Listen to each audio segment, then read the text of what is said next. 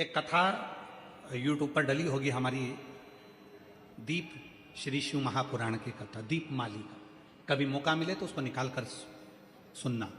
उसमें वर्णन किया था, दीप एक दिया जो आप भगवान को लगा रहे हो, उस दिए को अगर सुबेरे भी आपने उसमें दिया लगाया, शाम को भी दिया लगाया, रात को उसको धोकर या मांझ कर रख दिया, या सवेरे उसको धोकर मांझ कर फिर वापिस दिया लगाया, वही एक दीप तुम्हारे घर में रोज रोज रोज रोज प्रतिदिन अगर वो दीपक तुम्हारे भगवान के सामने जल रहा है। अब तुमने चाहे हनुमान चालीसा का पाठ करा हो, चाहे तुमने राम रक्षा स्तोत्र का पाठ करा हो, चाहे तुमने गिरिराज चालीसा करी हो, चाहे तुमने सर्वोत्तम जी का पाठ करा हो, चाहे तुमने शिव चालीसा करी हो, चाहे तुमने श्री शिवाय नमस्तुभ्यम बोला हो, चाहे गीता जी का पाठ करा हो, वो दिया जो तुमने भगवान के सामने रखा, उसमें बाती लगी है, जल रहा है, उसके सामने बैठकर आप सारी पाठ उसकी साक्षी में करते हो, तो वो दीपक भी सिद्ध हो जाता है। इसलिए हमने पहले भी कथा में कहा, जब घर का कोई व्यक्ति, उसका निमोनिया, उसका बुखार, उसका शरीर का ताप जब उतरता ही नहीं है, तब जिस दीपक को तुमने रोज लगाकर आरती पूजन करी है, उस दीपक को पानी में डाल दिया जाता है,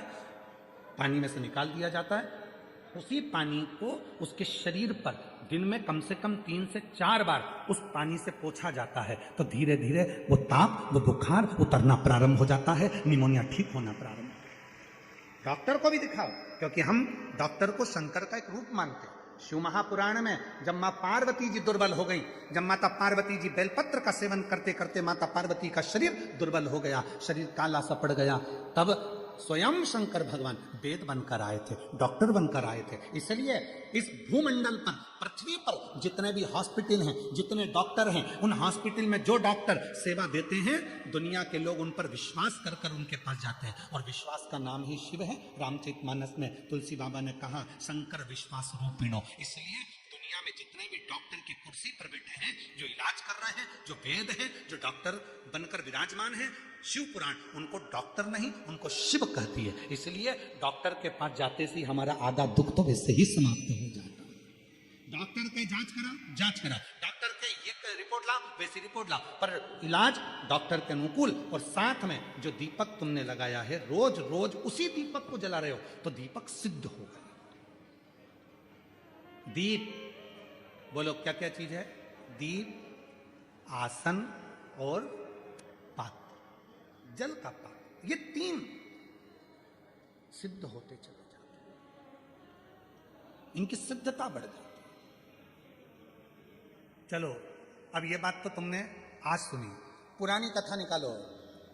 टीवी पर रामायण किस किसने देखी है? टीवी पर महाभारत किस किसने देखी है? टीवी पर सीरियल किस किसने देखे हैं? भगवान के देखे होंगे। महाराज जी को क्रोध आता है, वो अपने कमंडल का जल निकाल कर तुरंत श्राप दे देते हैं। बोलो देखा कि नहीं देखा? जम के तो बोलो, देखा ना? श्राप किस चीज से लगा?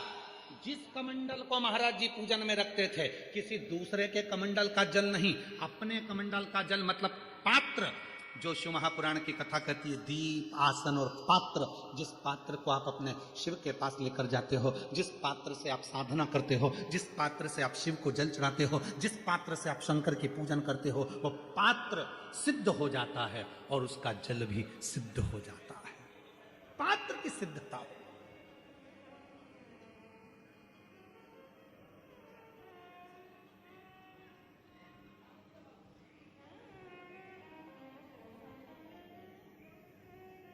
कहा, सावित्री, दीप, आसन और पात्र जब ये एक रहें, तो संसार में किसी की हिम्मत नहीं है कि कोई तिरछी निगाह से देखे।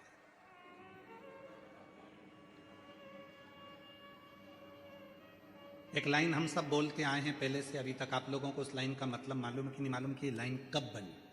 इस लाइन का निर्माण कब हुआ?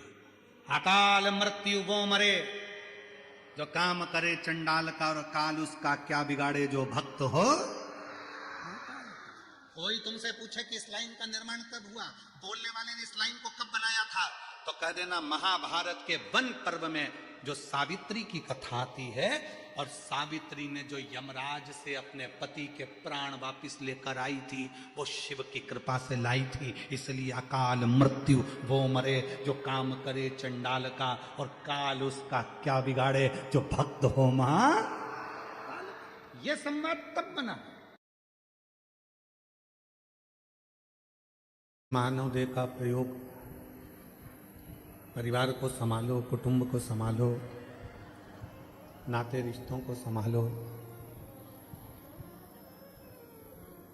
और उनको संभालते हुए भगवान देवाधिदेव महादेव की अविरल भक्ति को प्राप्त करो।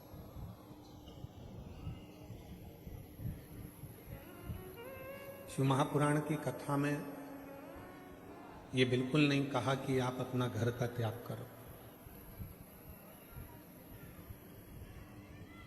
शिव महापुराण की कथा में ये भी नहीं कहा गया कि आप अपने परिवार को छोड़ दो।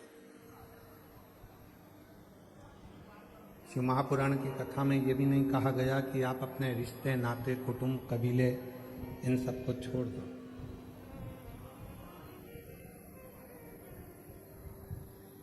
शिव महापुराण की कथा में तो ये कहा गया है कि घर में रहकर, परिवार में रहकर, कुटुंब में रहकर, रिश्तों में रहकर, नातों में रहकर भगवान शिव की अविरल भक्ति को प्राप्त करो।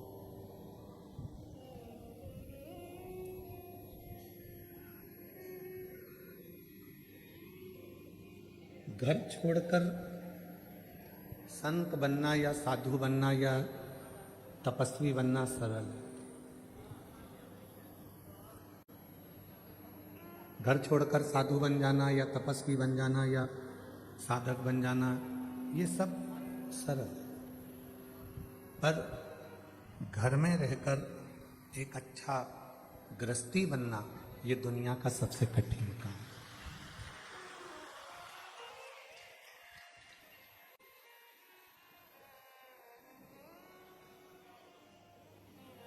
परिवार में प्रेम कैसे हो?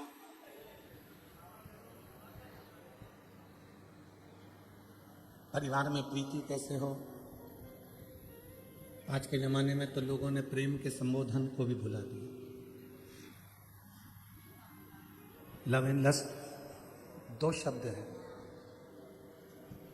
एक लव है, एक लस्ट है।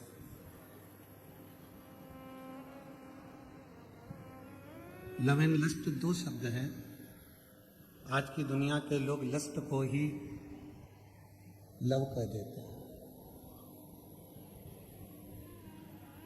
लव केवल प्रेम है, उसमें वासना नहीं है, और लस्ट केवल वासना है, उसमें प्रेम नहीं है।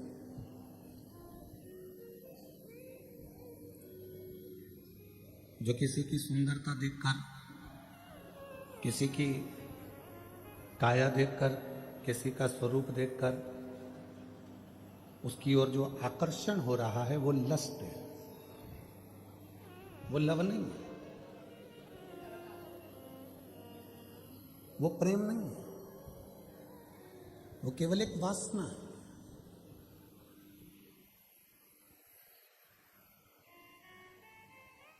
प्रेम में न वासना होती है, प्रेम में न लोभ होता है, प्रेम में न आसक्ति होती है। प्रेम केवल समर्पण की भावना को रखता है।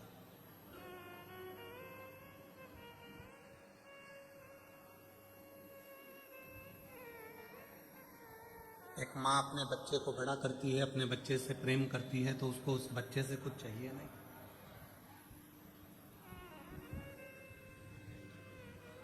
माँ ये नहीं चाहती कि मेरा बच्चा मुझे कुछ देगा जिसको मैंने बड़ा किया।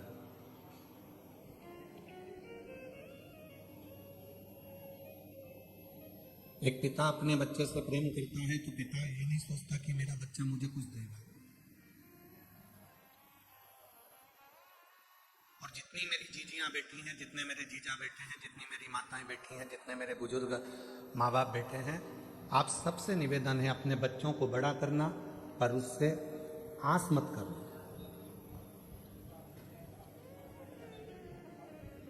बच्चों को बड़ा करो, पर बच्चों से आस मत करो।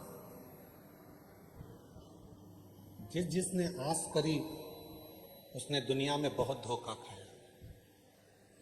कई माताओं की आस रहती है, मेरी बहू आएगी, गरम रोटी देगी, बहू आएगी, गरम भोजन देगी, बहू आएगी, मुझे पाँव पड़ेगी, बहू आएगी, मेरा सम्मान करेगी। और मालूम पड़े चंद्र घंटा आ गई तो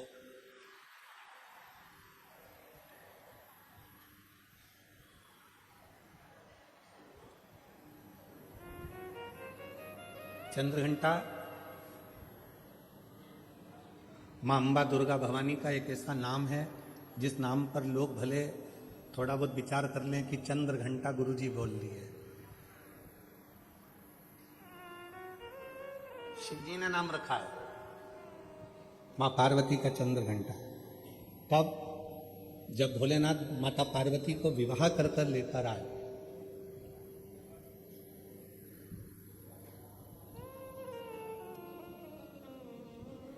चारों तरफ तारकासुर के आतंक फैला हुआ था। आप लोग तो गुजरात के रहने वाले हो, तो माता रानी के नामों का व्याख्यान तो आप जितना अच्छा कर सकते हो हम तो बहुत कम कर पाएंगे, क्योंकि गुजरात तो पूरा माँ जगत जननी जगदम्बा अम्बा भवानी का एक आनंदमय स्थल है गुजरात। तो आप लोगों को तो ज्यादा मालूम होगा कि माँ चंद्र घंटा का नाम चंद्र घंटा कैसे पड़ा। चारों तरफ तारकासुर के असुरों का आतंक फैला और शिवजी पार्वती जी के साथ विवाह कर लिए और विवाह करके बाबा भोलेनाथ पार्वती जी को लेकर जब कैलाश पर पहुंचे, कोई उधर बैठकर भोजन कर रहा था शिवगण, कोई उधर बैठकर खा पी कर पड़ा हुआ था, कोई शिवगण अपने पूरे शरीर को नोच रहा था, कोई शिवगण उछल रहा था। पूरे कैलाश पर भगवान शंकर के गणों ने अपना पूरा जमा कर रखा था, आड़ा टेढ़ा। कुछ बर्तन उधर पड़े हैं, सोने का उधर पड़ा है, आसन उधर पड़ा है, सब सामान यहाँ वहाँ पड़ा था।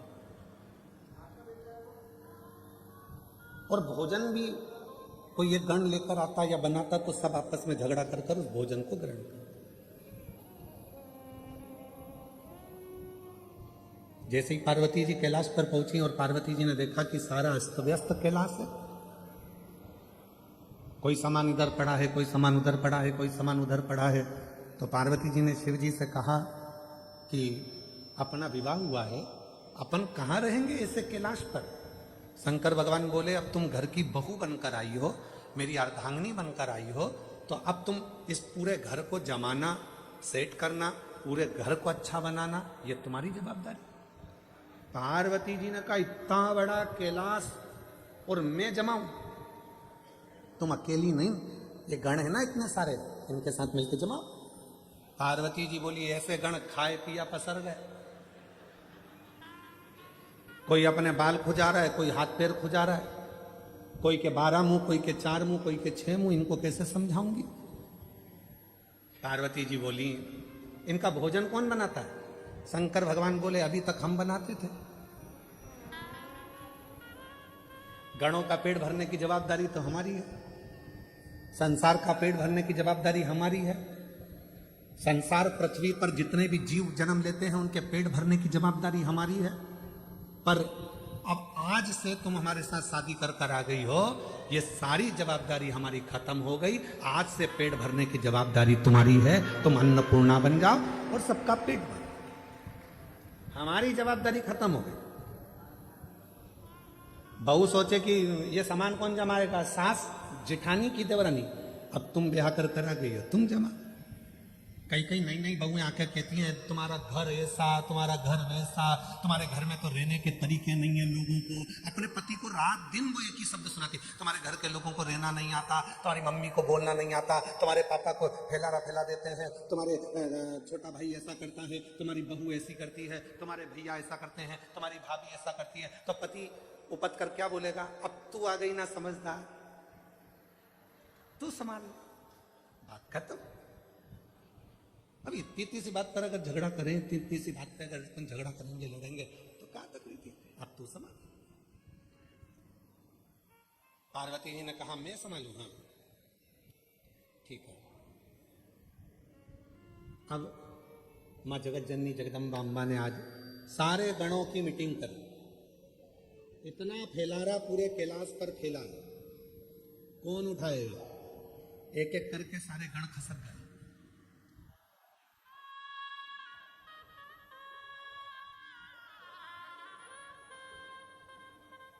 कौन उठाएगा? कोई नहीं। पार्वती जी ने शिव जी से कहा, वो तो सब चले गए। शंकर भगवान ने फिर डमरू बजाया, सबको बुलाया। पार्वती जी ने पूछा, ये भूख लगी है सबको? हाँ। भोजन करोगे सब? हाँ। अब सबने हाँ भर दी। पार्वती जी बोली, मैं भोजन बना रही हूं, जितनी देर में खाना बनाऊं, भोजन बनाऊं, उतनी देर में पूरा कैलाश सेट हो जाना चाहिए, जम जाना चाहिए, और जो जमा कर आएगा सबसे पहले भोजन उसी को मिल जाएगा। जाओ। सब पहुंच गए। सबने सामान जमाना प्रारंभ कर दिया। कोई झाड़ू लगाए, कोई बुआरी लगाए, कोई तोरण बांधे, कोई मंडप बांधे, कोई कुछ करे, कोई कुछ करे, सब करे। एक गण आया, मां भोजन। पार्वती जी बोली, चिंता मत करो, जैसे ही भोजन तैयार हो जाएगा मैं घंटा बजाऊंगी, तुम सब दौड़ के आ जाना, भोजन करा दो। सुबह से शाम हो गई। अब जो चंद्र शिव जी के मस्तक पर विराजमान था, वो भी पार्वती शंकर जी से कह रहा, भूख लगी है। शंकर भगवान बोले, कर काम, जा जाओ। रात्रि होने लगी, चंद्र पुकारने लगा, मां भोजन दीजिए। अब तो पूरा घर जम चुका है। तब पार्वती जी ने देखा कि पूरा कैलाश जम चुका था। तब पार्वती जी ने चंद्र की साक्षी में चंद्र को शिव जी से अपने मस्तक पर रखकर घंटे का नाद करा। शिव जी ने मां पार्वती का नाम चंद्र घंटा रख दिया। उसी पल, उसी घड़ी, उसी क्षण शिव ने कहा, पार्वती आज तुमने पूरे कैलाश को सेट कर कर जमा कर उनका भरण पोषण किया है। जो तुम्हारे नाम का उच्चारण करेगा वो कितना भी बिखरा हुआ क्यों ना हो, हृदय से टूटा हुआ क्यों ना हो, उसकी दुकान, उसका व्यापार चाहे कितना भी बिखर गया हो, अगर प्रतिदिन एक दुर्वा वो चंद्र घंटा के नाम से अगर मुझे समर्पित करेगा तो उसका घर, परिवार, व्यापार मैं खुद सेट करते चले जाऊंगा, जमाते चले जाऊंगा। तो ये नाम कोई साधारण नाम नहीं है, चंद्र घंटा का नाम।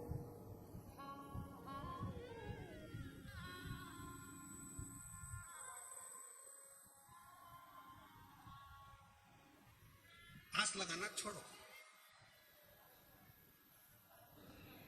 शिव महापुराण की कथा में लिखा है कि शिव पुराण कभी नहीं कहती कि तुम संत बनो, साधु बनो, तुम तपस्वी बनो, या कहीं वन जाके बैठ जाओ, नदी के तट पर जाकर बैठ जाओ, या तुम किसी एकांत में जाकर बैठ जाओ। शिव पुराण तो कहती है कि शंकर भगवान गृहस्थी हैं। शंकर भगवान का पूरा परिवार है। भगवान शंकर गृहस्थी हैं, पूरे परिवार के साथ भोलेनाथ जी रहते हैं। पत्नी भी साथ, बेटे भी साथ, बेटे की बहुएं भी साथ, बेटे, बेटियां, दामाद, नाती, पंती, पोते, सब शिव जी के साथ रहते हैं। 33 कोटि देवता में केवल एक देव ऐसे हैं, देवादिदेव महादेव, जो अकेले नहीं रहते, सारे परिवार के साथ रहते, पूरे परिवार। और आप खुद देखो मंदिर में जाके, धर्मपत्नी, पुत्र गणेश, कार्तिकेय, अशोक सुंदरी, जया, विषहरा, शामलीवारी, दौतली, देव, नंदी, सब साथ। और यहां तक शिव जी के परिवार में पुत्रों की बहुएं भी, रिद्धि और सिद्धि भी साथ में रहे, वो भी साथ।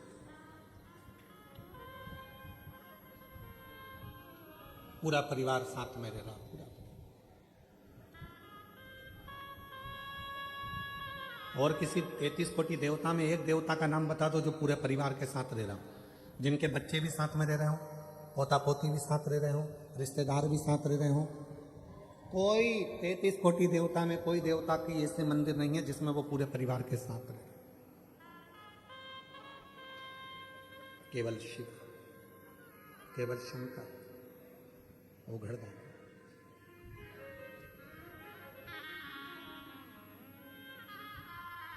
क्यों? एक बार माता लक्ष्मी जी ने भी भगवान विष्णु से पूछ लिया था कि शिव जी का पूरा परिवार एक साथ में है, शंकर भगवान का पूरा परिवार एक साथ में है, ये क्यों? भगवान नारायण ने माता लक्ष्मी से, विष्णु पुराण में वर्णन आता है कि लक्ष्मी को माता भगवान नारायण ने कहा था, सुनो लक्ष्मी, भगवान का पूरा परिवार एक ही मंदिर में इसलिए दर्शन देता है, शिव जी का परिवार कहता है, शिव महापुराण की कथा कहती है लक्ष्मी कि जब घर का कोई एक व्यक्ति भी अगर शंकर के शिवलिंग पर जल चढ़ाता है तो उसके घर में रहने वाला छोटे से छोटा बच्चा हो, चाहे बूढ़े से बूढ़ा व्यक्ति हो, वो चढ़ाए गए जल का फल पूरे खानदान को मिल जाता है, पूरे परिवार को मिल जाता है।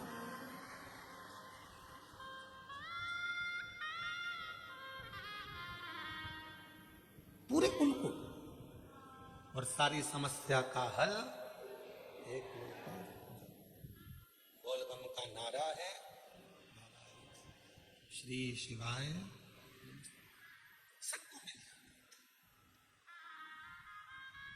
पूरे कुटुंब।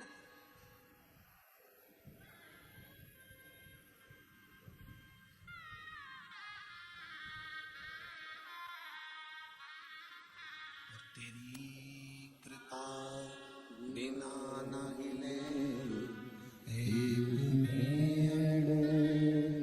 लेते हैं सांस के कृपा से तुलो तुलो, बतान क्या करूं मैं राखूं के ढेर का, चपटी भभूत में है खजाना कुबेर का, गंगधार मुक्ति द्वार ओंकार तू, भोले ओंकार तू, आयो शरण तिहार शंभु तार तार तू।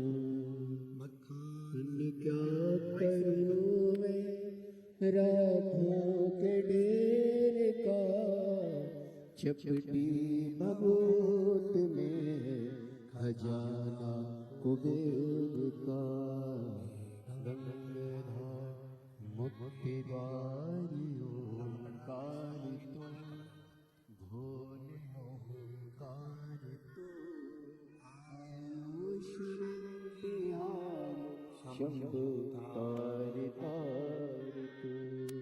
संपूर्ण परिवार को सुख, वो एक लोटा जल संपूर्ण परिवार को सुख दे देता है, संपूर्ण। आप शिव की आराधना, तो शिव पुराण कह रही है संत बनना सरल है, साधु बनना सरल है, तपस्वी बनना सरल है, पर घर में रहकर एक अच्छा व्यक्ति बनना, अच्छा गृहस्थी बनना, ये कठिन, ये दुनिया का सबसे कठिन काम।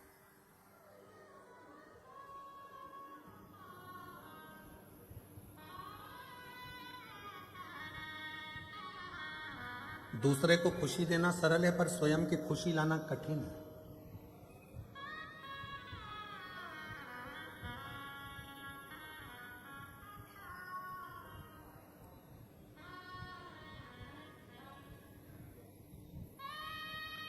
अपने चेहरे की प्रसन्नता जब समाप्त होती चली जाती है तो व्यक्ति अपने आप बूढ़ा होते चले जाता है।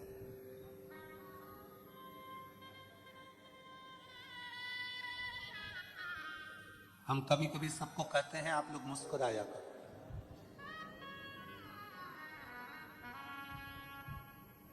अपने घर में भी रहो तो ऐसे रहो कि मुस्कुराते रहो।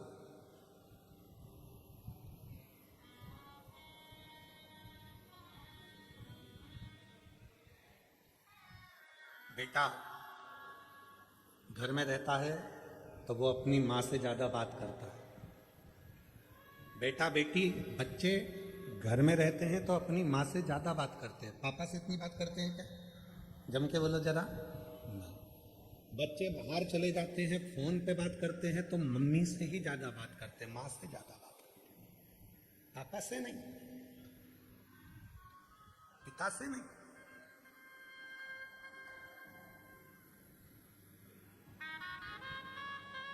माँ से बात चल रही है और पिताजी पास में अपनी धर्म पत्नी के पास में बैठे हैं वो मां से बात कर रहा है। सारी स्टोरी सुना रहा है अपनी मम्मी को, और पिताजी अपनी पत्नी से कह रहे हैं, बोल दे धीरे से, उसको सुनाई दे रहा है क्या बात कर रहा है। तो पिताजी अपनी पत्नी से कह रहे हैं, बोल दे उसको, टेंशन लेने की जरूरत नहीं है, उसका बाप बैठा है, बोल उसको, उसका बाप बैठा है, टेंशन वेंशन मत ले, चिंता ना कर, बोल उसको। फोन पे पत्नी बोलती, बेटा क्यों चिंता करता है, पापा है ना, सब संभाल लेंगे। कई लोग कहते हैं शंकर भगवान आग बन करके बैठे रहते हैं, शिवजी मौन होकर बैठे रहते हैं। क्यों? क्योंकि जगत के जितने बच्चे हैं वो अपनी माँ से बात करते हैं, अन्य बहन भाई से बात करते हैं, पर बाप से बात नहीं कर पाते। पर बाप पीछे से इशारा करता रहता है कि चिंता मत करना, मैं बैठा हूं। शिव कहते हैं तू टेंशन मत लेना, मन के अंदर एक बात संभाल के रखना कि जगत में जब तू पैदा हुआ, पैदा होने के समय पर जब माता के गर्भ से तेरा जन्म हो गया, उस समय से जिस दिन तू मरेगा उस दिन तक तू मेरी औलाद है और मैं तुझे संभालूंगा। और आप प्रैक्टिकल कर कर देखिए, प्रैक्टिकल नहीं, एक प्रयोग आपने देखा होगा कोरोना काल में, हमने खुद देखा है। एक हमारे इंदौर का एक परिवार था, नाम स्मरण में हमें नहीं आ रहा, इंदौर का हमारा एक परिवार था, कोरोना काल में वो उस परिवार के उसका बच्चे का पिता चले गए, कमाने वाला चले गया, बच्चे की मां चली गई कोरोना में, ना बहन थी ना भाई था, एक अकेला छोटा सा 10 वर्ष का बच्चा।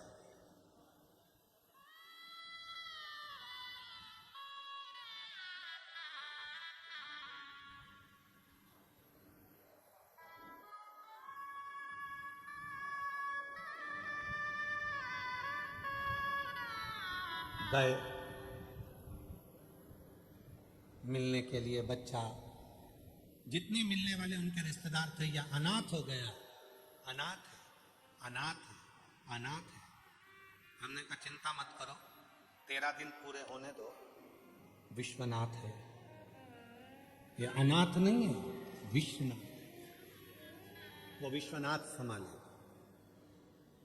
कई अच्छे अच्छे परिवार के लोग एकत्रित हुए, सब ने कह दिया इस बच्चे को हम पढ़ा लेंगे, हम एक निर्णय लिया गया।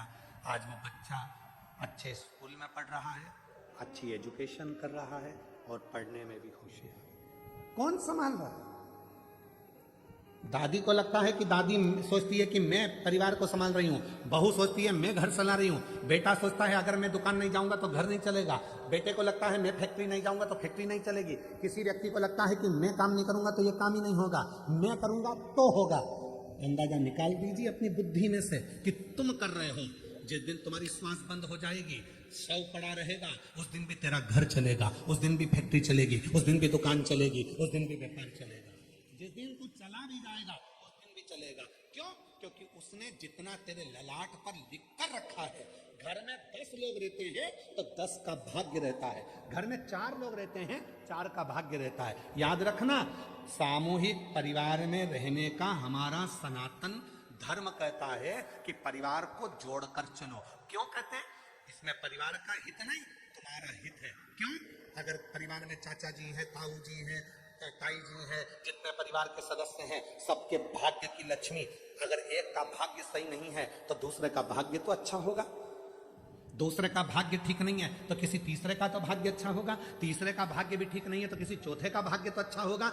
उसी तरह से जैसे किसी एक का भाग्य भी अगर अच्छा है तो घर में बरकत बनी रहती है। जब हम सोचते हैं कि मैं कमा रहा हूं, मेरी पत्नी कमा रही है, मेरे 2 बच्चे हैं, मैं लेकर अलग हो जाऊं, अलग होकर देखना कि कितनी समस्या सामने खड़ी होती है। फिर कितने के भाग्य करे गया? 4 के भाग्य की लक्ष्मी रह गई, एक तेरे, एक तेरी पत्नी, एक तेरा बेटा, एक तेरी बेटी, बस इन्हीं के भाग्य का जितना आएगा। तो उस लक्ष्मी में कितना करोगे? एक फ्लैट, एक गाड़ी, एक मोबाइल, गैस की टंकी, बिजली का बिल, बस इतना मैनेज करते जाओगे। पर यदि सामूहिक परिवार में रहते हैं, 10 जगह के भाग्य की लक्ष्मी आती तो तुम्हें खर्च नहीं करना पड़ता। जो गैस की टंकी में, बिजली के बिल में और गाड़ी में लगा रहे हो, वो तो तुम्हारा सेफ होते चले जाता।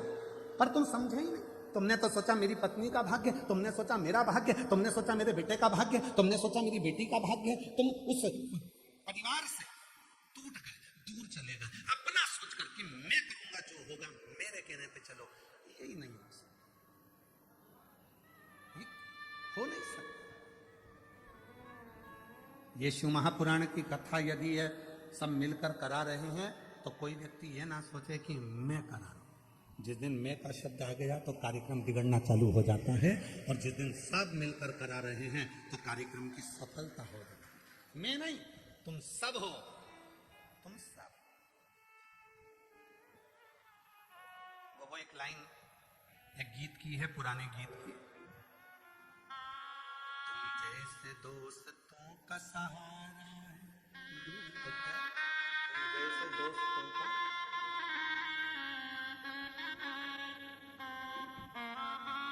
तुम जैसे लोगों का सहारा है दोस्तों। वो सब सामूहिक है, सब एक है। और फिर निवेदन करूंगा, परिवार की एकता,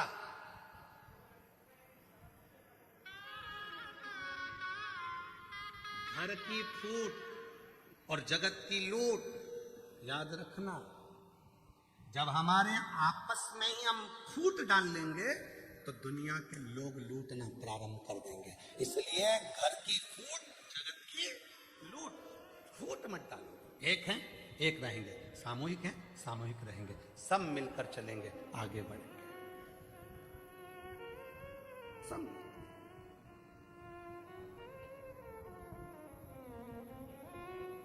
और हम क्या विचार में हैं? हम दो, जम के बोलो, हम दो हमारे दो। और घर में माँ बाप आए तो उनको बाहर फेंक दो।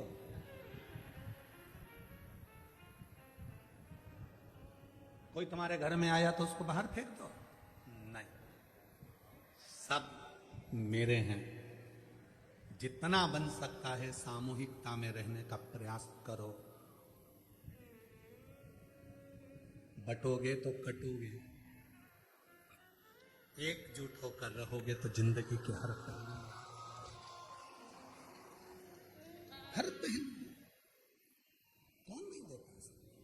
पर जितनी मेरी जीजियां बैठी हैं, जितने मेरे जीजा बैठे हैं, जितनी मेरी बेटियां बैठी हैं, जितने मेरे बेटा बैठे हैं, जितने बुजुर्ग माँ बाप बैठे हैं, आज एक बात याद कर कर जाना, तुम किसी से आस लगाना छोड़ दो। आज से नियम ले लो कि मैं अगर आस लगाऊंगी तो मेरे भोले नाथ से लगाऊंगी, बाकी के किसी से नहीं लगाऊंगी। क्यों? हम जिससे आस लगाते हैं वो आस एक ना एक दिन टूटती जरूर। कितना सोच के बैठी थी, मेरी बहू आएगी, गरम रोटी खिलाएगी, मेरे पांव दबाएगी, मेरी चंपी करेगी।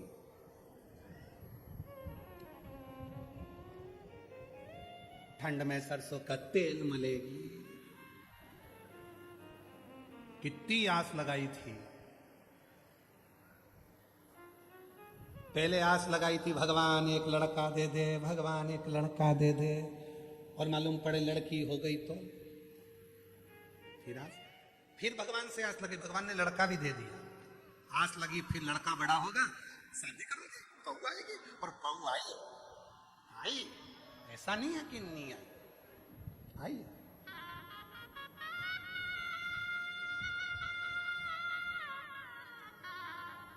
तुमने सोचा था तुम्हारे सिर पे पल्लू लेके पांव पड़े, वो सुबह से उठ के आई, बहू आई, सुबह से उठ के आई। हेलो मम्मा, चाय बनाई? बहू आई, मम्मा बोली है तू बना हमको पिला। ओ नो, मैं नहीं पिलाऊंगी। मेरे गई कमरे में, सो रहा था भेरू। अजी अजी, और ना जाने कौन कौन से 3-4 शब्द हैं मैं बोलूंगा तो। आप लोगों को बुरा लगे, और मेरा बाबू और मेरा वो क्या चाचू की जानू, हाँ ऐसा कुछ बोले। अब उसको उठा रही, अजी उठो। अब बोले क्या है? क्या चाय? तो जाना किचन में, मेरी भी बना के ला। मैंने तो मेरे पापा के घर कभी ना बनाई। तूने चाय नहीं बनाई? नहीं, बेवकूफ बनाया। चाय नहीं बनाई। पति गया, चाय बनाई, इतने में माँ आ गई। माँ ने विचार करा तेरी शादी में डीजे पे गाना बजवाया था, अजीबो शान सहनसा। डीजे पे गाना चला था, अजीबो शान सहनसा। आज सहनसा की ये हालत हो गई, बनियान पे चाय बना रही है।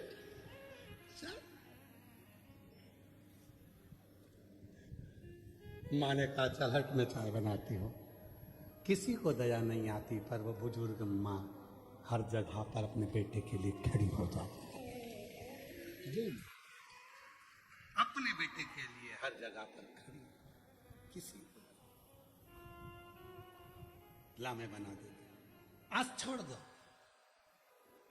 आज छोड़ दो।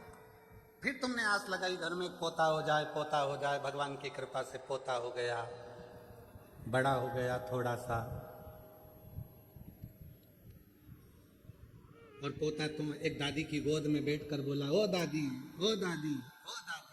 दादी बोली हाँ क्या हो गया? वो पड़ोस में कल्लू ले लेनी, वो कल्लू है ना, उसके यहाँ पर आज रायता बना है, चने की सब्जी बनी है, पूरी बनी है, बूंदी बनी है, नुक्ती सेव बना है। इतने में दादी ने बोला बेटा उसकी दादी मर गई ना, इसलिए 12वां है 13वां है, इसलिए बना है। इतने में गोदी में बैठ के पोता बोला तू कब मरेगी? बूंदी कब मिलेगी? दादी भी सोचे, आस लगा के बैठी थी कि सोने की सीढ़ी पे चढ़ूंगी, ये तो मुझे जीते जी चढ़ाए जा रहा है स्वर्ग की सीढ़ी। और विचार करी थी सोने की सीढ़ी चढ़े। आस लगाना छोड़ दो।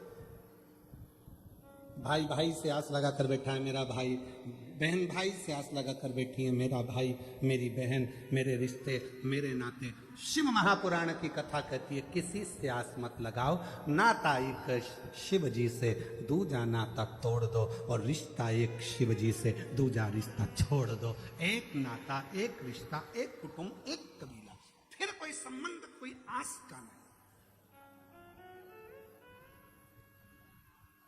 कथा में भी आओ तो आस लगा कर मत आना, कथा में आओ तो आस लगा कर मत आना।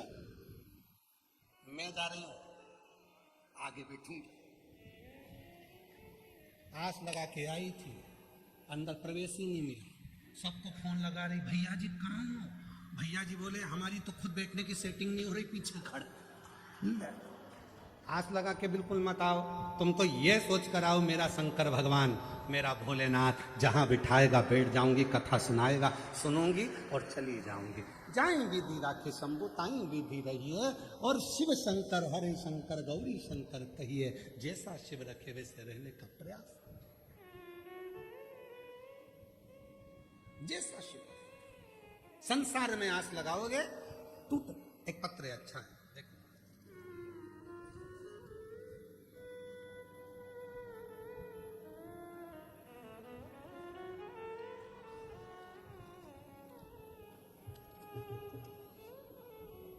मोहिनी बहन, विनोद भाई कहार। मैं बड़ौदा की रहवासी हूँ। कहीं बैठी हो तो हाथ हिला सकती हैं। मोहिनी बहन, विनोद भाई कहार, अगर कहीं बैठे हो तो हाथ हिला सकते हैं। बैठे, हाथ हिलाओ। दिख गए हो? आ जाइए बहन, आ जाओ। मैं मोहिनी बहन, विनोद भाई कहार, मैं बड़ौदा की रहवासी हूँ। गुरुजी, मेरी तबीयत अचानक खराब हो गई थी, मुझे अस्पताल लेकर गए, एडमिट किया, और 4-5 दिन के बाद बताया गया कि दोनों किडनी खराब हो चुकी है, आपको डायलिसिस करवाना पड़ेगा। घर वाले बहुत परेशान हो गए, तबीयत ऐसी कि बचना भी मुश्किल हो गया था। बाबा, एक लोटे जल का क्या वर्णन करूं। मेरी बहन रोज मुझे सीहोर के रुद्राक्ष का पानी पिलाती और एक बेलपत्र खिलाती। मेरी देवरानी भी शिवजी पर चढ़ाया पानी लाती और पिलाती। इस दौरान मुझे अहमदाबाद में ले जाया गया। वहां भी यही चीज बताई गई कि आपको आजीवन डायलिसिस करवाना पड़ेगा। और वहां मेरे भाई की लड़की रुद्राक्ष का पानी लाती। मैंने विश्वास नहीं तोड़ा। मेरे पुत्र ने भी आंवले के पानी का प्रयोग चालू किया। रोज रात को 9:15 वाला जो आपका उपाय है वो मेरे बेटे ने करना प्रारंभ करा। कुंदकेश्वर महादेव का नाम लेकर दवाइयां खाती और डायलिसिस चल रहा था। पर डॉक्टर ने कहा कि ये तो जिंदगी भर चलेगा। समझ नहीं आया। रुद्राक्ष का जल पीती और 9:15 वाला जो उपाय था वो करना प्रारंभ करा। आज मैं बाबा को धन्यवाद देने के लिए आई हूँ गुरुदेव कि आज मेरा एक भी डायलिसिस नहीं होता। मेरी किडनियों ने काम करना प्रारंभ कर दिया और सारी की सारी रिपोर्ट नॉर्मल होने लगी। मेरी सारी की सारी रिपोर्ट नॉर्मल होने लगी। डॉक्टर ने भी बताया कि आपकी दोनों किडनी काम करने लगी है। अब आपको डायलिसिस की कोई जरूरत नहीं है। ये बाबा की कृपा है गुरुदेव कि आज मेरी किडनियां काम कर रही हैं। शिव पर भरोसा करो, शंकर पर भरोसा करो, हम संसार के लोगों पर भरोसा करो।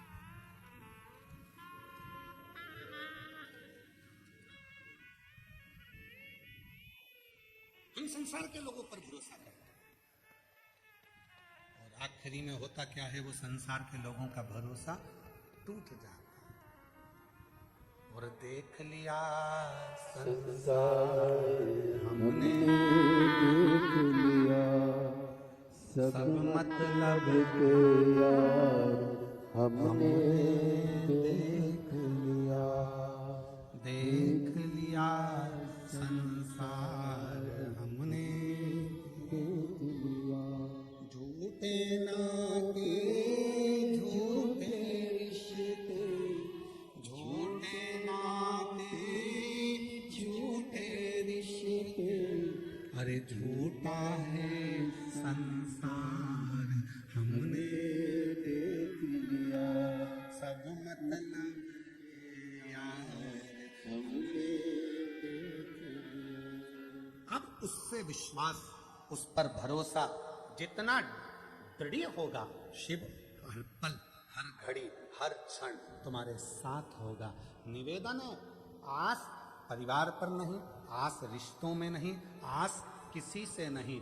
आस लगाओगे तकलीफ भोगोगे। इसलिए आस तो केवल एक परमात्मा से, शिव से। रोज भगवान को एक लोटा जल चढ़ाने जाओ तो कहकर आया करो, बाबा आखिरी श्वास तक पलंग पर मत पटक देना। शरीर में कोई ऐसा रोग मत दे देना कि मैं पलंग पर सड़ती रहूं। आखिरी सांस तक तेरे मंदिर में आकर एक लोटा जल चढ़ाती रहूं। इतनी दम देना, इतना शरीर को अच्छा नहीं, इतनी शक्ति देना कि मैं आखिरी दम तक भी एक लोटा जल चढ़ाने तेरे दरवाजे तक आ सकूं। आइए।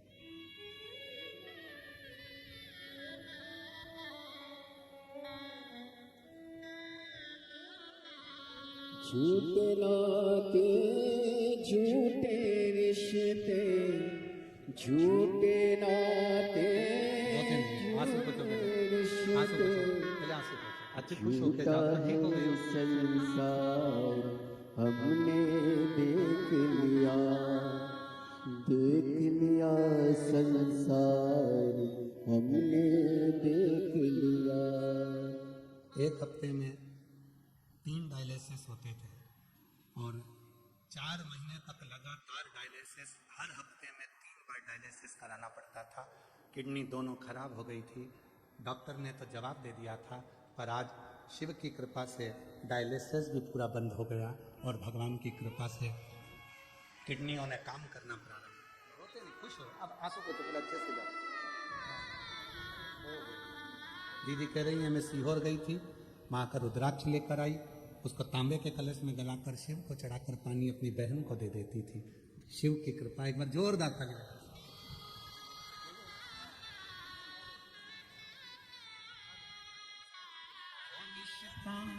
तेरा मेरा सबसे है प्यारा। डॉक्टर ने कह दिया था बचेगी नहीं, पर शिव की कृपा उसकी उदार है। आप आस कैसे कर, आप किस पर भरोसा कर रहे हो? वो शिव, वो शंकर जो जैसी भावना लाया वो वैसा ही फल पाया।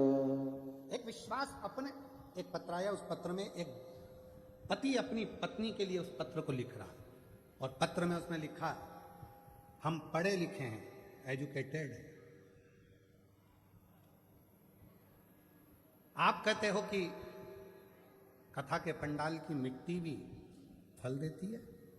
मेरी पत्नी को बच्चे नहीं थे जब सूरत में पहली कथा हुई थी आपकी,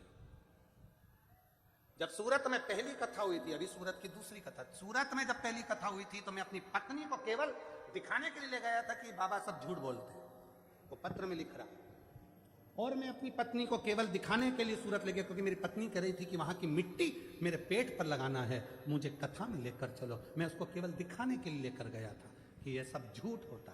उसने पत्र में लिखा,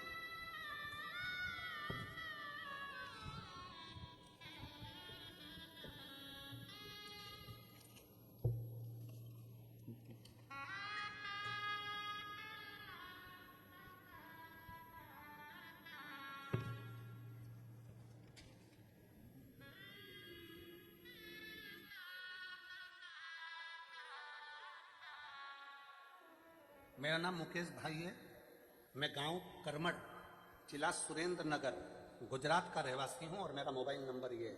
मैं आर्मी में नौकरी करता हूं, भटिंडा में मेरी पोस्टिंग, पंजाब भटिंडा में मेरी नौकरी है। कहीं बैठे हों आप ही हैं, ऐसे हाथ हिला दो एक बार, हाँ वापिस हाथ हिलाओ, आ जाइए। बच्चा आया है साथ में, हाँ ले आइए। मेरी भटिंडा में नौकरी है, मैं आर्मी में हूं। मैं आप पर भरोसा नहीं करता था, मैं नहीं जानता कि पंडाल की मिट्टी क्या इतनी बलवान होती है। आर्मी का भी कोई ऐसा डॉक्टर नहीं था जिसको मैंने अपनी पत्नी को नहीं दिखाया, ऐसा दुनिया का कोई डॉक्टर नहीं था जिसको मैंने अपनी पत्नी को ना दिखाया हो, पर सबने कह दिया था कि इसको बच्चा नहीं होगा।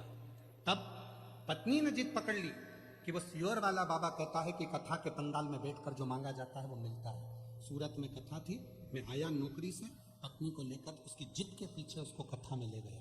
पंडाल में जगह नहीं थी, पीछे बैठ गए। उसी मिट्टी को पत्नी ने कहा लाओ मुझे उठा कर दो, मैं पेट में लगाऊंगी। पत्नी और मैंने मिट्टी उठाई, श्री शिवाय नमस्तुभ्यम कहकर मिट्टी को पेट पर लगाना प्रारंभ करा, और कुबरेश्वर धाम जाकर रुद्राक्ष चलाए, और बाबा की ऐसी कृपा हुई कि 11/1/2025 को 11:11 पर मेरे घर में संतान की प्राप्ति हुई। ये शिव की कृपा, ये शंकर की उदारता। मैं नहीं मानता था, मैं नहीं जानता कि शिव महापुराण के कथा के पंडाल की मिट्टी भी इतनी पवित्र हो जाती है शिव नाम उच्चारण से मात्र।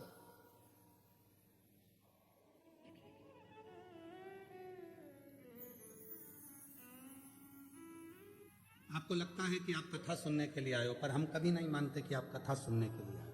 हम कभी नहीं मानते कि आप कथा सुनने के लिए आए हो। हम तो ये मानते हैं कि मेरे कुबरेश्वर बाबा को, मेरे ओघड़दानी को, मेरे शंकर भगवान को, जिस नगर में कथा हो रही है, बड़ौदा में हो रही है, सूरत में हो रही है, या उत्तर प्रदेश में हो रही है, या गुजरात में हो रही है, या मध्य प्रदेश में हो रही है, जिस जगह पर कथा हो रही है वहां के कितने लोगों को भगवान शंकर को झोली भरना है, उतने लोगों को ही कथा में बुलाकर बिठाता है। ये उसकी रीति है।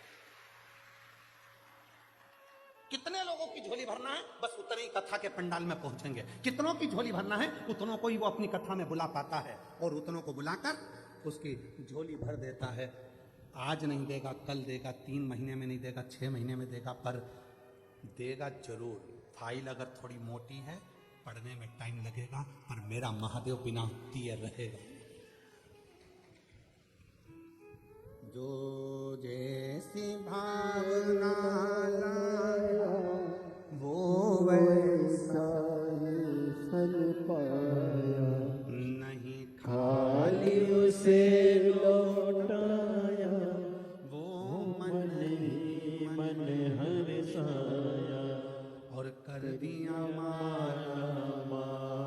काशी वाले ने लुटा दिया भंडार काशी वाले ने। वो उस पर कितना भरोसा है तुम्हें, उस पर विश्वास कितना है तुम्हें, उस पर दृढ़ता कितनी है तुम्हारी? आप किससे आस लगा कर बैठे हो, आप किस पर भरोसा कर कर बैठे हो? ये शिव महापुराण की कथा जो बड़ौदा गुजरात में चल रही है, आप सीहोर वाले महाराज को सुनने के लिए नहीं आए हो। ये मन से निकाल देना कि हम सीहोर वाले महाराज को सुनने के लिए आए, सीहोर वाले बाबा को सुनने के लिए आए। नहीं नहीं नहीं, सीहोर वाला बाबा तो कभी शिव पुराण बाजता ही नहीं है। बाजता तो वो गढ़धानी कुबरेश्वर महादेव है, वो बाजता। सामर्थ्यता नहीं है किसी की कि शिव शंकर की कथा बाच ले, सामर्थ्यता नहीं किसी की कि शिव की आराधना कर ले, सामर्थ्यता नहीं किसी की कि शिव का भजन कर ले। वो कराता है तो करते हैं, वो कराता है तो करते हैं, उसकी कृपा, उसकी दया। जो जैसी भावना लाया वो वैसा ही फल पाया। 11 साल के बाद हुआ है, जोरदार ताली बजाओ। शिव नहीं खाए से लौटाया वो मन ही मन हर्षाया। कर दिया माला माल काशी वाले ने लुटा दिया भंडार काशी वाले ने। लुटा दिया भंडार काशी वाले ने कर दिया माला माल काशी वाले। जो जैसी भावना लाया वो वैसा ही फल पाया। शिव उपासना का फल किया, शंकर की उपासना का फल किया। आप किस पर भरोसा कर रहे हो, आप किस पर विश्वास कर रहे हो, ये आप पर निर्भर है।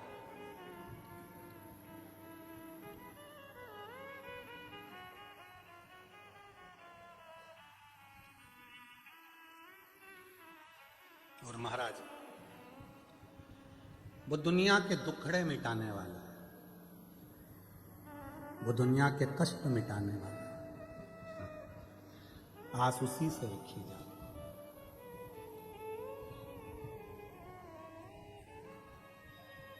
जब तबीयत खराब होती है, डॉक्टर दवाइयां देता है, बोलो देता है कि नहीं देता? अरे जम के तो बोलो। पहले देगा गोली दवाई, जब गोली और दवाई से काम नहीं बनेगा तो फिर लगवाएगा इंजेक्शन। बोलो बोलो, इंजेक्शन। दवाई गोली इंजेक्शन से भी काम नहीं चलेगा, फिर आखिरी में कहेगा कि भाई एडमिट हो जाओ, भर्ती हो जाओ अस्पताल में, हॉस्पिटल में भर्ती हो।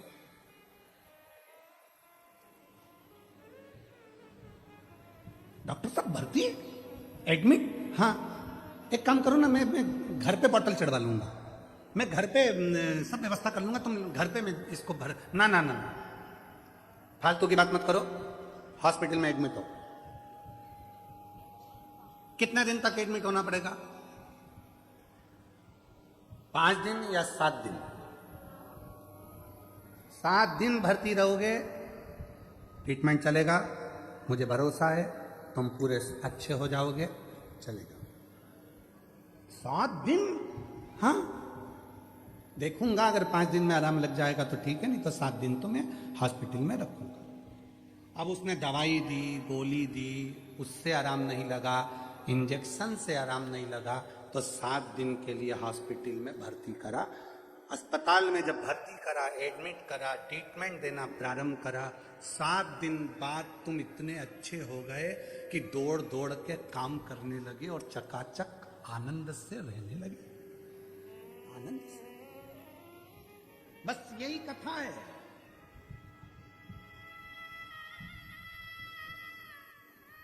यही कथा है।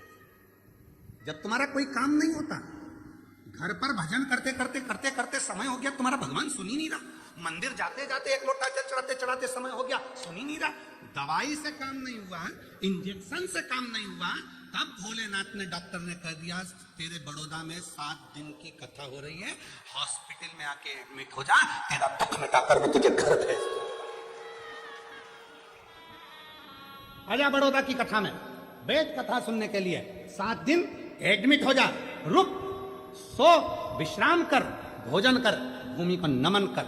ट्रीटमेंट है, समय समय पर लेना पड़ेगा, सारा इलाज 7 दिन में तो वो ऐसा ट्रीटमेंट कर देता है कि 7 दिन बाद जब आप अपने घर पर जाते हो, शिव के बिना मन नहीं लगता, और तब बाबा भोलेनाथ फिर झोली भरना प्रारंभ कर देता है, स्वस्थ, खुश, आनंद में रखना प्रारंभ कर देता है। आनंद।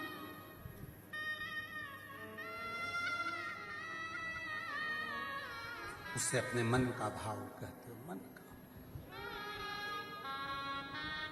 दुनिया के आगे प्रभु चुपचाप मैं रहता हूँ, दुनिया के आगे प्रभु चुपचाप मैं रहता हूँ। मेरा तू ही तो हमदर्द है, जिसे हर दर्द कहता हूँ। मेरा तू ही तो हमदर्द है, जिसे हर दर्द कहता हूँ।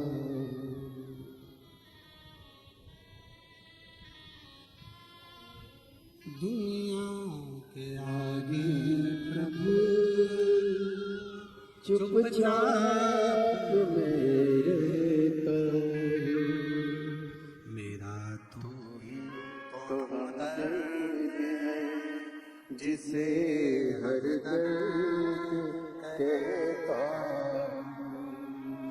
मेरा तू ही तो हमदर्द है, जिसे हर दर्द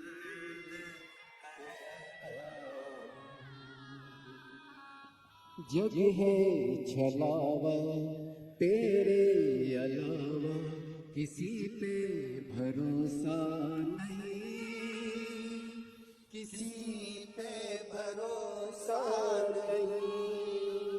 मुझे दाना पानी सिवा तेरे दानी, किसी ने परोसा नहीं, किसी ने परोसा नहीं। भला कैसे भूलूं तेरी मेहरबानियाँ, मेरा तू ही तो हमदर्द है, जिसे हर दर्द कहता हूँ। मेरा तू ही तो हमदर्द है, जिसे हर दर्द कहता हूँ। उसने बुलाया, 7 दिन यहां बिठाया। आपको लग रहा है कि आप कथा में बैठे हो, नहीं, ट्रीटमेंट कर रहा है, इलाज कर रहा है, रखा है तुमको, रखा है।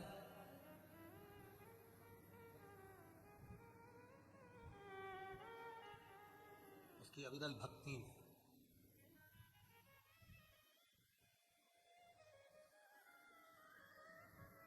अग्रवाल जी, हम बहुत बहुत बधाई देते हैं आपको, इस पूरी समिति को, तुम्हारी पूरी समिति को बधाई देते हैं।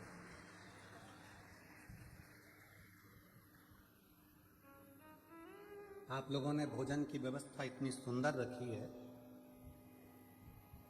बड़े बड़े शादी में भी जो भोजन नहीं बनता वो भोजन आपने बनवा कर विश्व भक्तों को लिए, साधुता है आपको उस चीज की।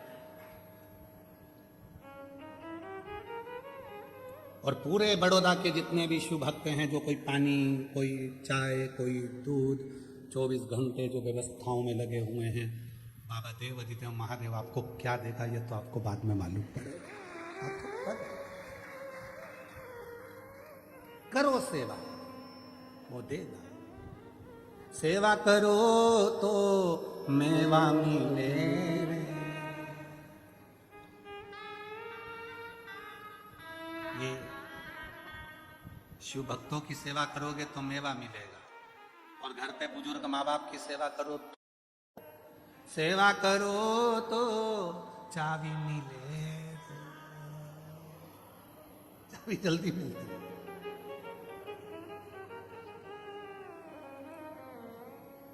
पर ऐसा नहीं है, चाबी के लिए कभी सेवा नहीं होना चाहिए। बुजुर्ग माँ बाप की सेवा तो इस भाव से करो कि हमारे भी बच्चे होंगे, अगर हम हमारे माँ बाप की सेवा करेंगे तो हमारी औलाद हमारी करेगी, इस भाव से। अगर हम आज अपशब्द कहेंगे तो हमारे बच्चे अपशब्द कहेंगे, हम आड़ा टेढ़ा बोलेंगे हमारे बच्चे आड़ा टेढ़ा बोलेंगे, हम कुछ बोलेंगे हमारे बच्चे आड़ा टेढ़ा। ये तो ये हाथ दे, ये हाथ ले।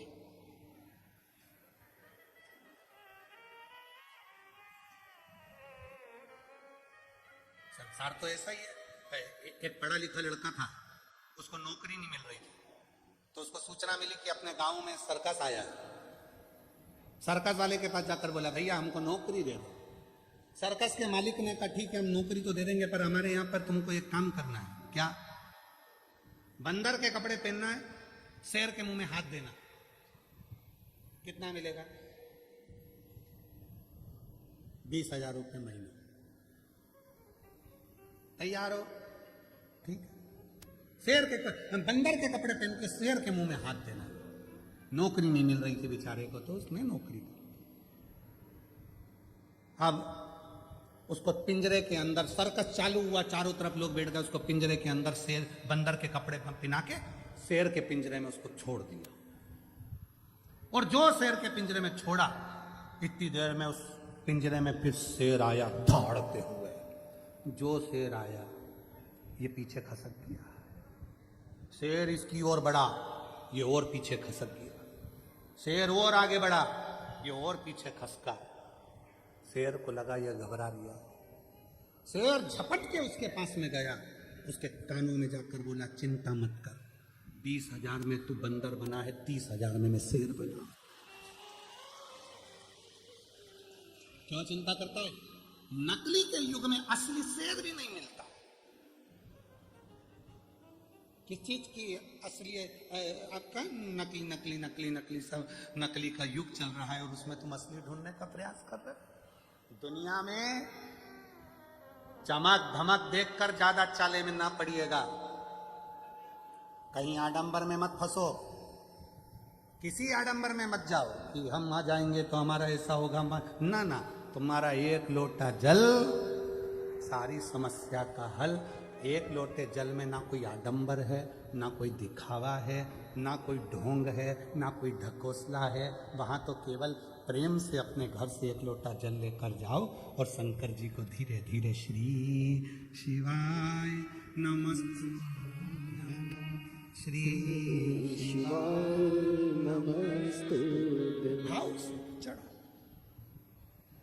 और जिसने भाव से चढ़ाया, बाबा ने स्वीकार किया। एक पत्र है, अच्छा है।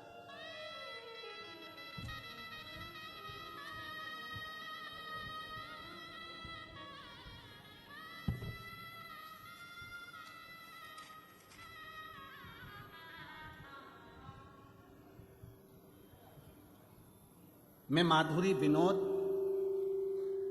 कौड़ी, बड़ोदरा अलेम्बिक कॉलोनी गोरवा की रहने वाली हूँ।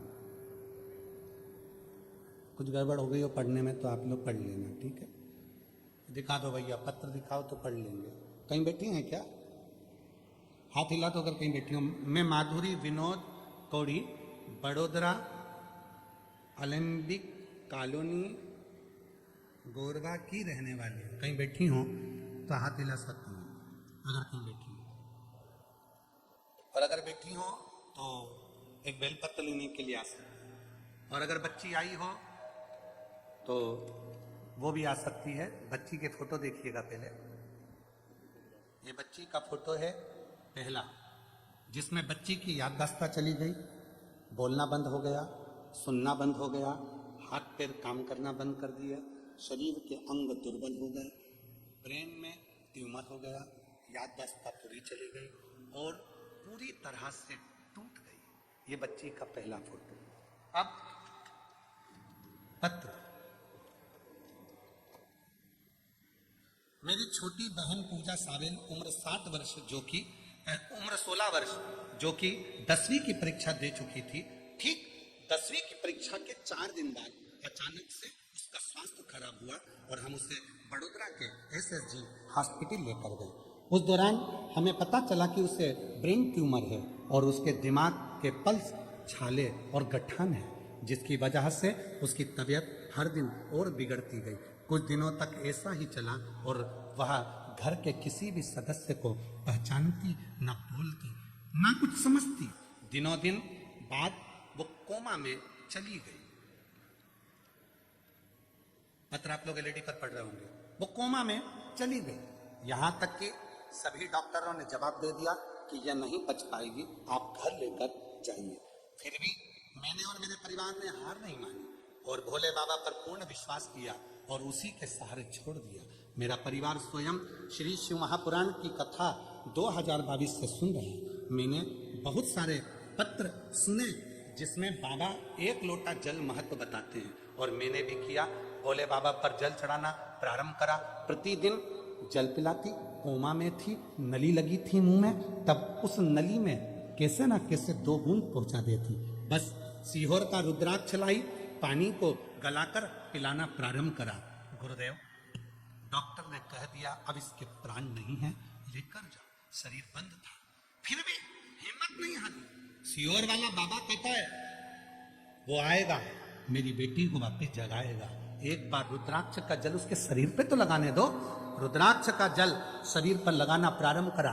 डॉक्टर मना कर रहे हैं इसको ले जाओ, पिला सकते नहीं, शरीर पर लगा देते। अब गई शिव मंदिर में, एक बेलपत्र उठाकर लाई जो तकिए के नीचे रखा। बेलपत्र लाई, उसको तकिए के नीचे भी रखा और हमने मंदिर, देवालय, शिवालय निरंतर जाती रही। अब उसके शरीर ने काम करना प्रारंभ करा।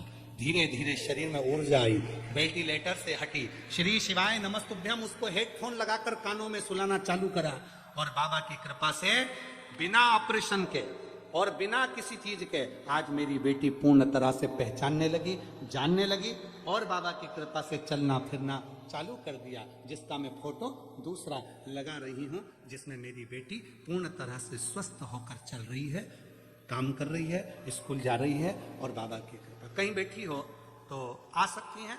16 वर्ष की है बेटी पूजा सावेल। मैं माधुरी विनोद कोणी, बड़ोदरा एलेम्बिक कॉलोनी गोरवा की रहने वाली हूँ। कहीं बैठी हूँ, आ सकती। शिव तत्व किसको कहते हैं? शंकर की उदारता किसको कहते हैं? आपका विश्वास, आपका भरोसा। शिव के एक लोटे जल में ना कोई आडंबर है, ना कोई दिखावा है, ना कोई अन्य बात है। उस पर केवल तुम्हारा भरोसा, भाव करिए, प्रार्थना करिए।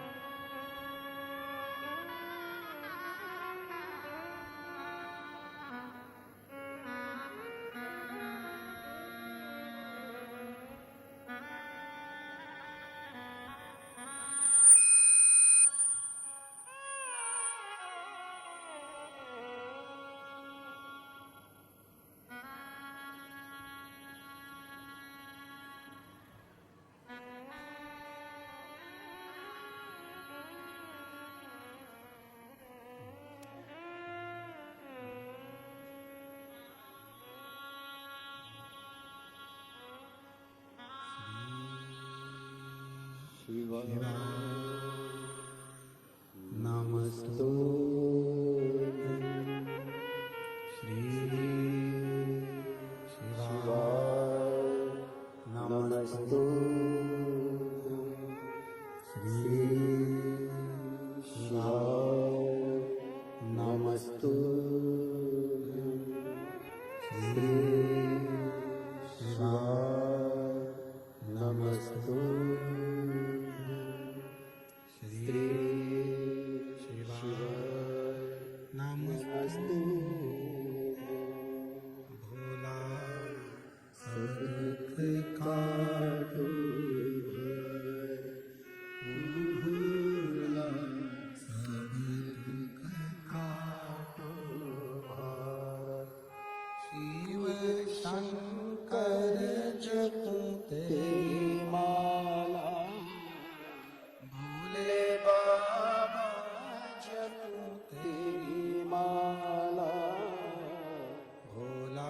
सब दुख काटो मारा ओ भोला सब दुख काटो मारा वेश है मंगल मंगलकारी वेश है मंगल मंगलकारी शमशान वासी हमारा शमशान वासी हमारा ओ भोला सब दुख काटो हमारा ओ भोला सब दुख काटो हमारा।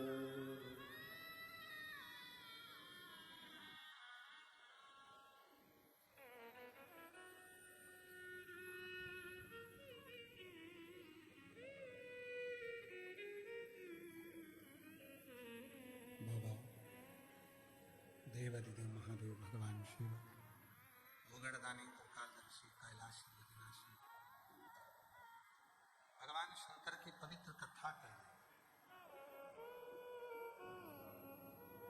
शिव महापुराण की कथा वर्णन कर रही है।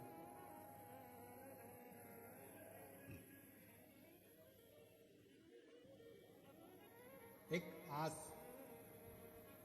विश्वास केवल और केवल शिव पर।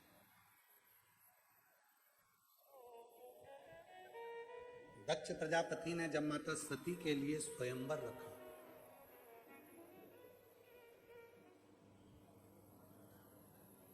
सब देवताओं को बुलाया उस स्वयंवर में। दक्ष प्रजापति ये जानते थे कि सती शिवजी को प्रेम करती है। उनके हृदय में ये बात थी कि सती माता भगवान शंकर को प्रेम करती है, स्नेह करती है।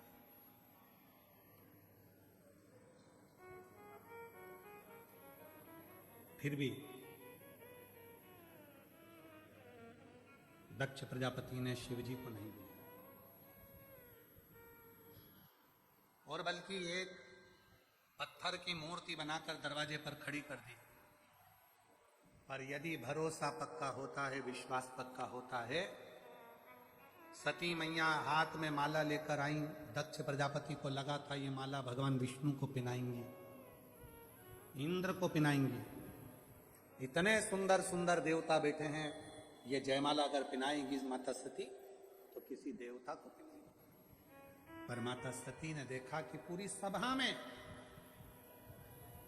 कहीं शिव नहीं,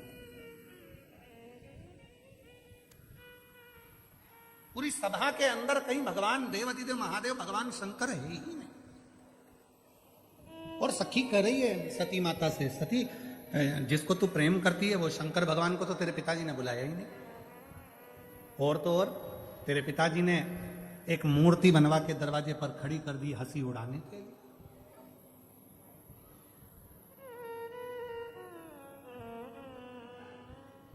क्यों चिंता करती है? तो कहते हैं ना, आऊं मैं असर होगा घर बैठे बुलाएगी, तुम रूठे रहो भूले हम तुम्हें मना लेंगे, तुम रूठे रहो भोले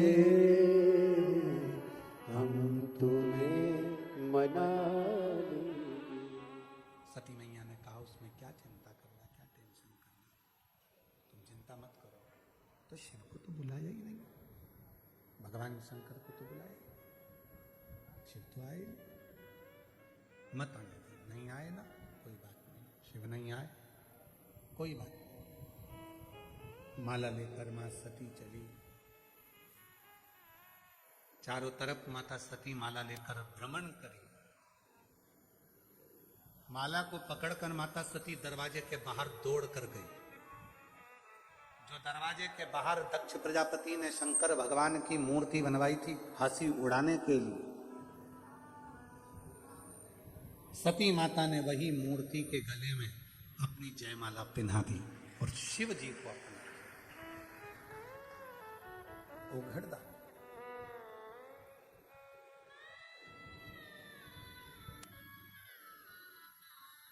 दक्ष प्रजापति बोले, दक्ष प्रजापति बोले ये तो पत्थर की मूर्ति पे इसने माला पहनाई, पत्थर की मूर्ति पे माला पहनाई है इसने। तो दक्ष प्रजापति कह रहे शंभु शंभु शंभु शंभु शंभु शंभु शंभु, पत्थर की मूर्ति पे माला पहनाई इसने।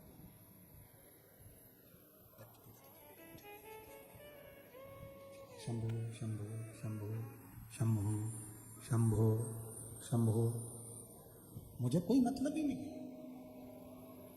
इसने तो पत्थर की मूर्ति पे माला पहनाई। सती का विवाह तो मैं करूंगा एक अच्छे देवता के साथ, शिव के साथ नहीं। पर जैसे ही सती माता ने माला पहनाई और माला पहनाकर माता सती ने कहा, भोलेनाथ ये जयमाला नहीं है, मेरी प्राणों की माला तुम्हें पहना दी, अब तुम इसे स्वीकार करो।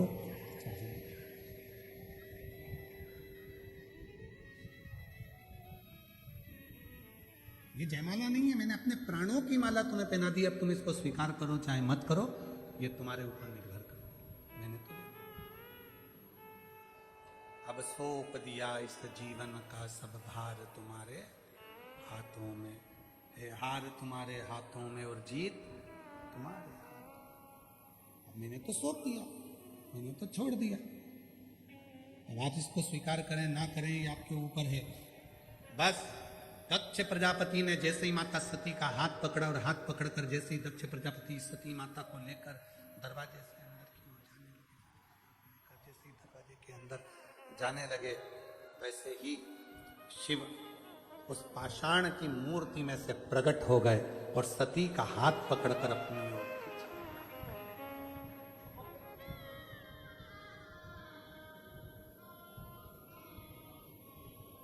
शिकार किया सती के उस माला को। दक्ष प्रजापति ने कहा पत्थर में से शिव जी कैसे प्रकट हो सकते हैं। शंकर भगवान ने जो शब्द कहा, बड़ौदा के एक एक बच्चा बच्चा उस शब्द को जरूर सुने जो मेरे भोलेनाथ जी ने कहा दक्ष प्रजापति के सामने। और जितने लोग आस्था चैनल पर कथा सुन रहे हैं, फेसबुक यूट्यूब पर कथा श्रवण कर रहे हैं, जितने सोशल मीडिया पर कथा श्रवण कर रहे हैं, वो भी इस शब्द को जरूर सुने। शंभु शंभु, गला पकड़ रहा है बेटा, माइक फिर गड़बड़ कर दिया तुमने। शंभु, शिव ने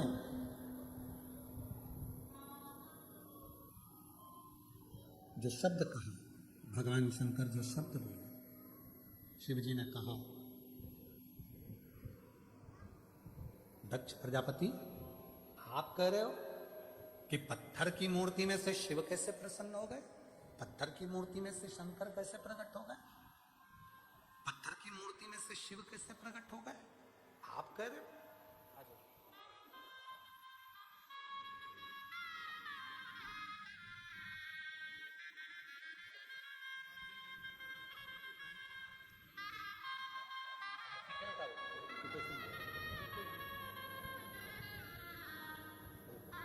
आप ही की बहन है छोटी 16 साल की, जिसको ब्रेन ट्यूमर हो गया था, कोमा में चली गई थी और बाबा की कृपा से पूर्ण तरह से स्वस्थ है। ये एक उसको भी जोरदार ताली बजाइए एक बार। साधु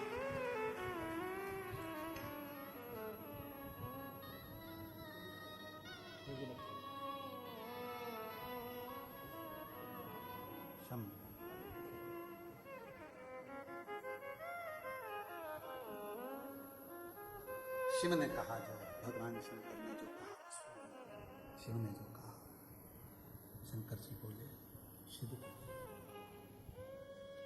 दक्ष प्रजापति तुम कहते हो कि पत्थर की मूर्ति में से शिव कैसे प्रकट हो गए, शंकर कैसे प्रकट हो गए? तुम कह रहे हो आइस ज्यादा है, उसको कम करो थोड़ा।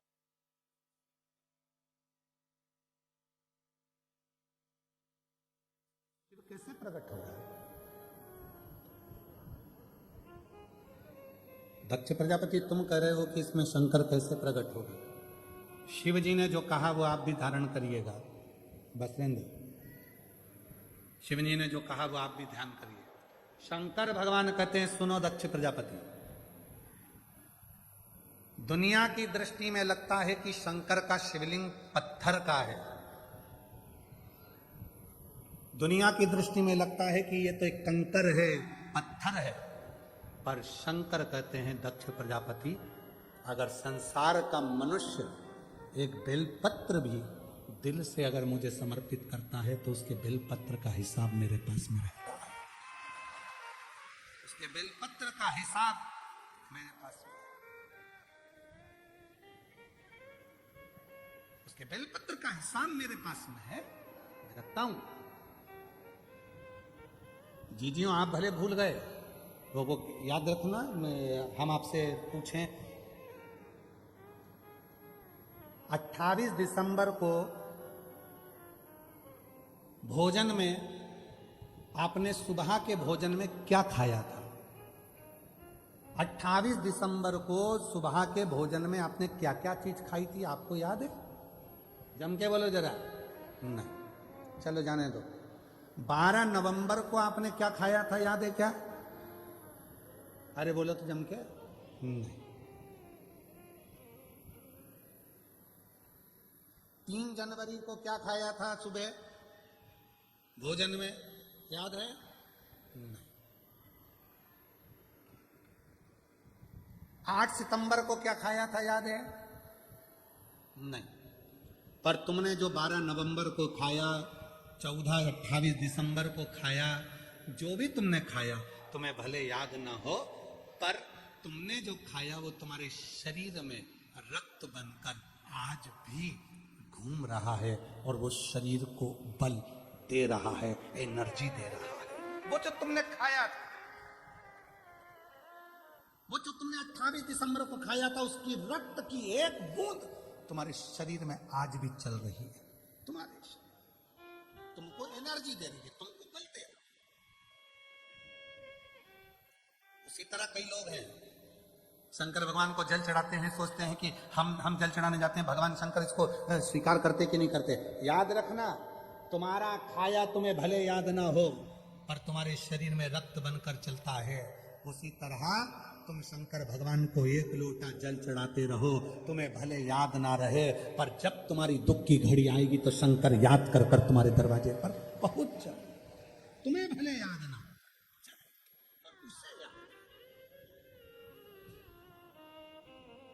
ये सीहोर वाले महाराज का वचन नहीं है, ये शिव जी का शिव महापुराण में दक्ष प्रजापति ने जब माता सती का स्वयंवर रखा और सती जी ने शंकर भगवान की प्रतिमा पर जब अपना वरमाला जयमाला पहना दी, तब दक्ष प्रजापति हाथ पकड़कर सती को लेकर जाने लगे। तब शंकर जी ने कहा, सुनो दक्ष प्रजापति, तुम कहते हो कि पत्थर की मूर्ति को माला पहनाई? नहीं, ब्रह्मा ब्रह्मलोक में रहते हैं, भगवान विष्णु वैकुंठ लोक में रहते हैं, शिव पृथ्वी पर रहता है, मृत्यु लोक में रहता है। इसलिए ये पूरी पृथ्वी में जो कंकर है, पूरी पृथ्वी में जो जीव है, वो शिव है, वही जीव शिव है।